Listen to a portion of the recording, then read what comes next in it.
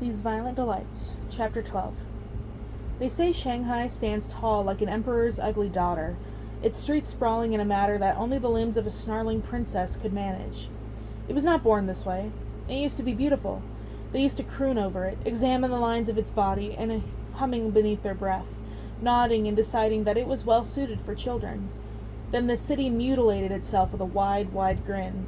It dragged a knife down its cheek and took the blade to its chest, and now it worries not for finding suitors, but merely for running wild, drunk on the involuntary of inherited power, well suited only for profit and feasting, dancing, and whoring. Now it may be ugly, but it is glorious. Night always falls on this city with a quiet clomp, when the lights blink on, the buzzing of newly coveted electricity running through the wires that lines the streets like black veils. It is easy to forget that the natural state of night is supposed to be darkness. Instead, night in Shanghai is vibrant and neon, gaslight flickering against the triangular flags fluttering in the breeze.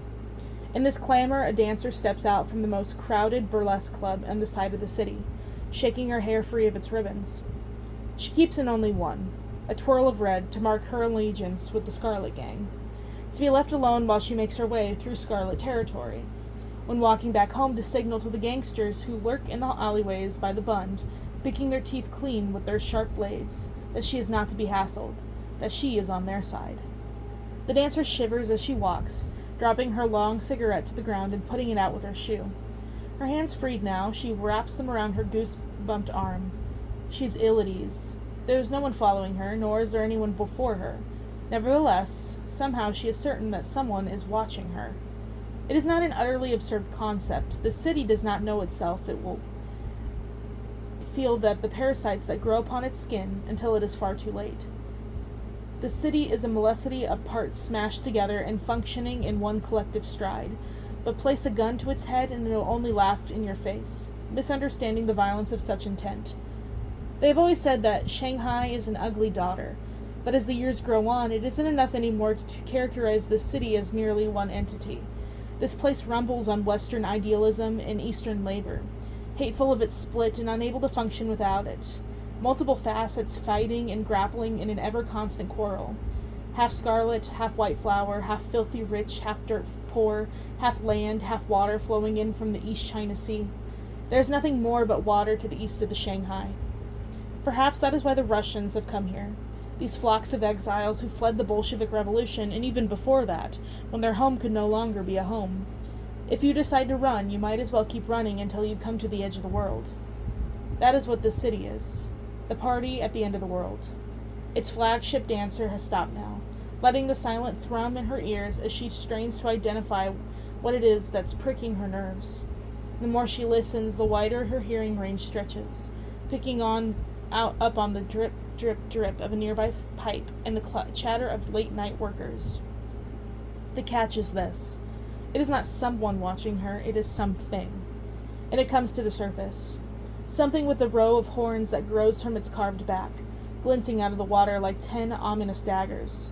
Something that raises its head and blinks opaque silver eyes at her.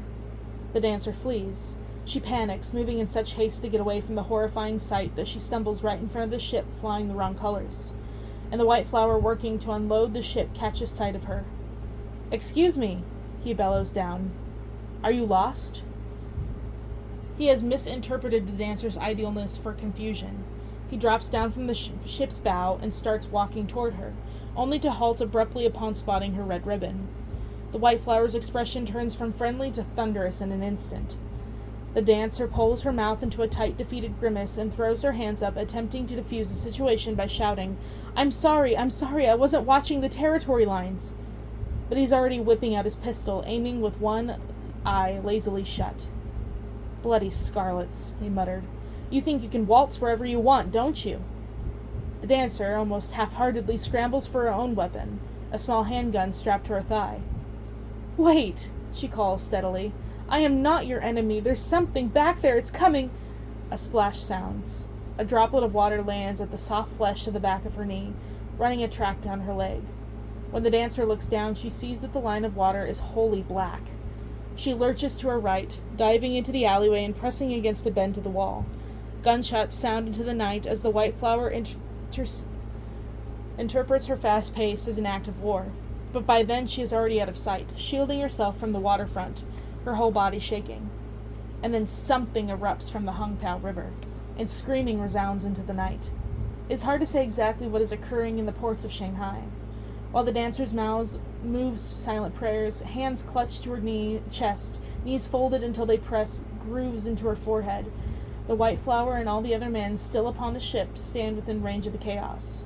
They scrabble and scream and resist, but the infestation comes down on them, and there is no stopping it.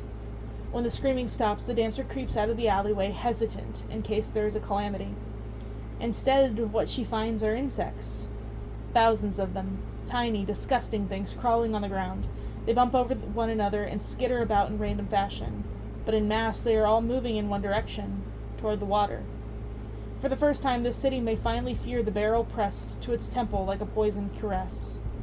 Because by the Hongpao River, the second wave of the madness unfolds, starting with the 7 dead bodies lying motionless on the top deck of a Russian ship.